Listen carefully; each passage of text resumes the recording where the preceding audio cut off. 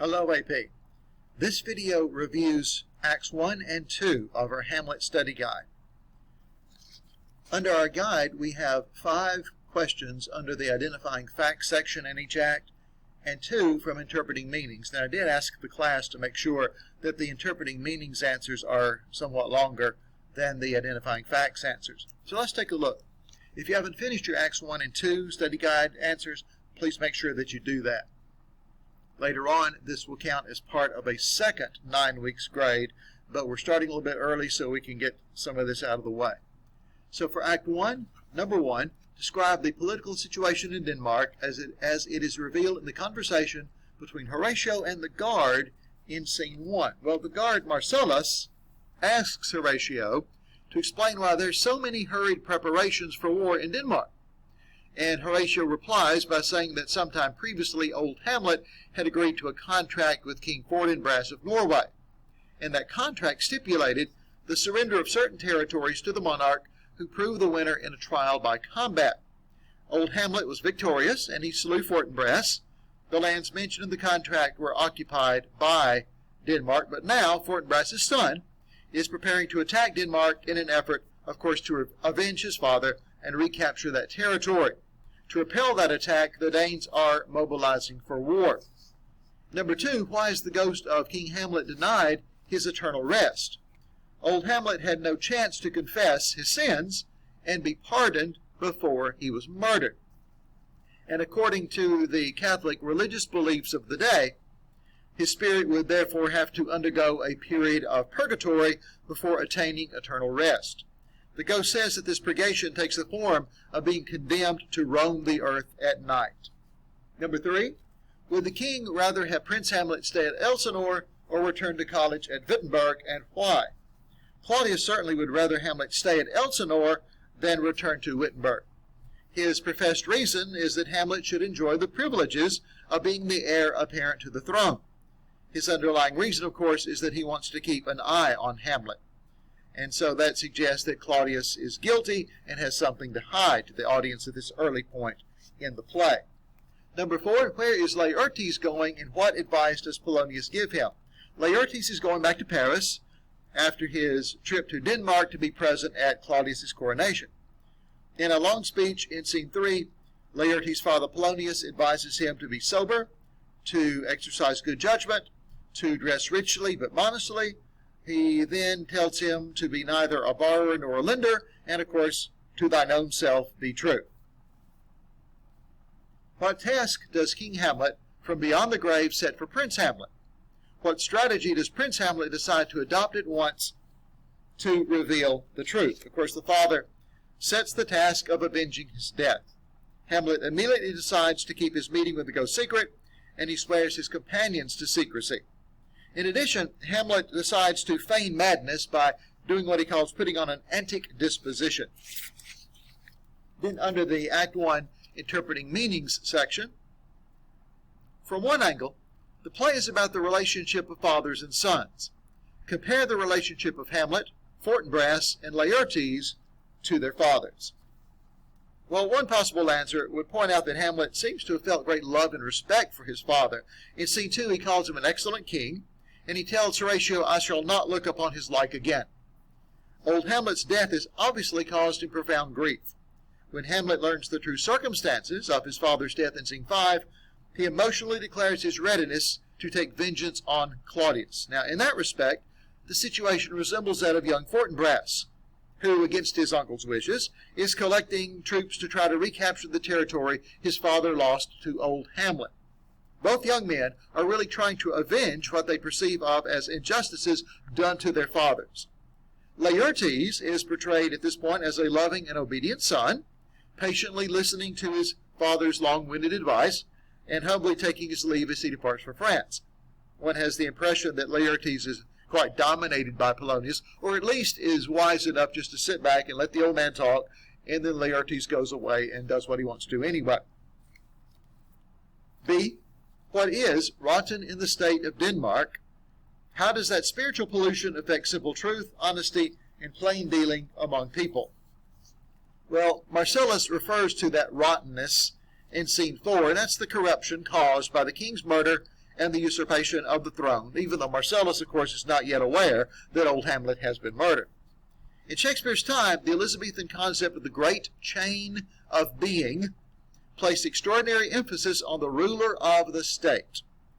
All good and evil flowed from the ruler to the nobility and thence to the common people. The fact that Denmark is now ruled by a murderer, a usurper, somebody who is ill qualified to be king because of those qualities. Now, Claudius seems to be a pretty good king. He has the support of the council, but because he has that in his background, that would have suggested to the Elizabethan audience of Shakespeare's play that there is a statewide rottenness or corruption. And so it's not surprising that Hamlet, or in Hamlet, the most dominant pattern of imagery involves disease and corruption. Hamlet often talks about the world as an unweeded garden, and so we have that corruption imagery running through the play because of Claudius. And then for act number 2, identifying facts, provide brief answer to the following. Number 1, how is Ophelia's report to her father concerning Hamlet's behavior evidence of that antic disposition? Well, Ophelia reports that Hamlet appeared unexpectedly at the door of her private chamber while she was sewing. Hamlet's jacket was entirely unlaced. He wore no hat. His stockings were in disarray. He was pale and his knees were knocking. He took Ophelia by the wrist. He held her hard. He sighed pitifully, and then he left her without a word. So Polonius just interprets that behavior as being lovesick. Violent ecstasy of love, concluding that Hamlet's love for Ophelia has driven him over the brink to insanity. Number 2, who are Rosencrantz and Guildenstern?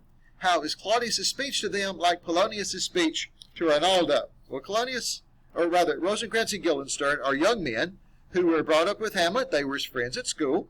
Claudius' speech to them resembles Polonius' speech to Ronaldo because of its underlying purpose. Claudius wants Rosencrantz and Guildenstern to spy on Hamlet and to report on his behavior. In particular, Claudius is interested in the causes of Hamlet's madness.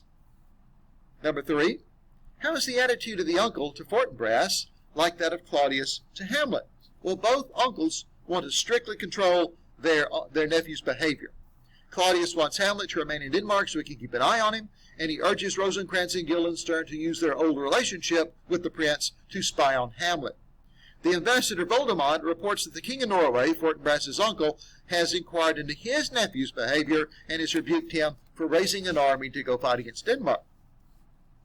Number 4, what is the source of the transformation of Hamlet according to different people? Polonius, Rosencrantz and Guildenstern, and Hamlet. Well, of course, we've just said that according to Polonius, Hamlet's transformation is due to love sickness of Ophelia. According to Rosencrantz and Guildenstern, the transformation is probably because of the death of Hamlet's father. Gertrude, because of her great guilt, thinks the true reasons for her son's transformation are both the father's death and her own hasty remarriage to Claudius. How does Hamlet compare himself to the actor he's auditioned? How does he propose to use the visiting actors in his conflict with Claudius? In a soliloquy, Hamlet compares himself rather unfavorably to the actor he has just auditioned. He says the actor was able to transform his whole being into a state of sympathetic emotion with Hecuba, a fictional character in the tragedy. Hamlet himself, on the other hand, cannot take action against the king in real life, but he continues to delay. Hamlet wonders if he's maybe guilty of cowardice. He proposes to test Claudius's guilt by having the players perform a drama whose plot has certain close similarities to the murder of old Hamlet. Hamlet then will watch Claudius's behavior closely as the king watches his play. Hamlet is reasonably sure if the king is guilty, he will betray his knowledge of the crime in some outward sign, which, of course, as we know, Claudius certainly does. And then under the interpreting meanings for act number 2, if Hamlet is acting as one distracted and confused, in the scene Ophelia reports to Polonius, why is he doing this if he really loves her?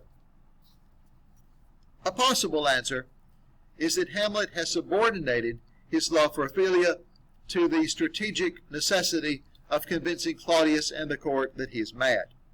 In addition, his mother's remarriage, which he regards as loathsome, may have turned him against thoughts of romance or marriage for himself. He may also distrust Ophelia, because he fears that she will report any secrets he confides in her to her father. And then B, by the close of Act 2, we have several fishing parties, organized by Claudius, Polonius, even Hamlet himself. Who is being used by each man to fish for information or truth under the surface of things? So we've already alluded to some of this material. Claudius, of course, is using Rosencrantz and Guildenstern to fish out more about Hamlet's true mental state. Rinaldo is being used by Polonius to fish out the truth of Laertes' behavior in France, because Polonius thinks that Laertes is just being a party animal in France, and he wants to see what his son is really doing. In his soliloquy at the end of Act 2, Hamlet announces to the audience his intention to use the players to find out the truth about Claudius's involvement in the murder of old Hamlet. So that takes us through Acts 1 and 2 study guide questions. We'll have a separate video on Acts 3 and 4, and then a final one on Act 5.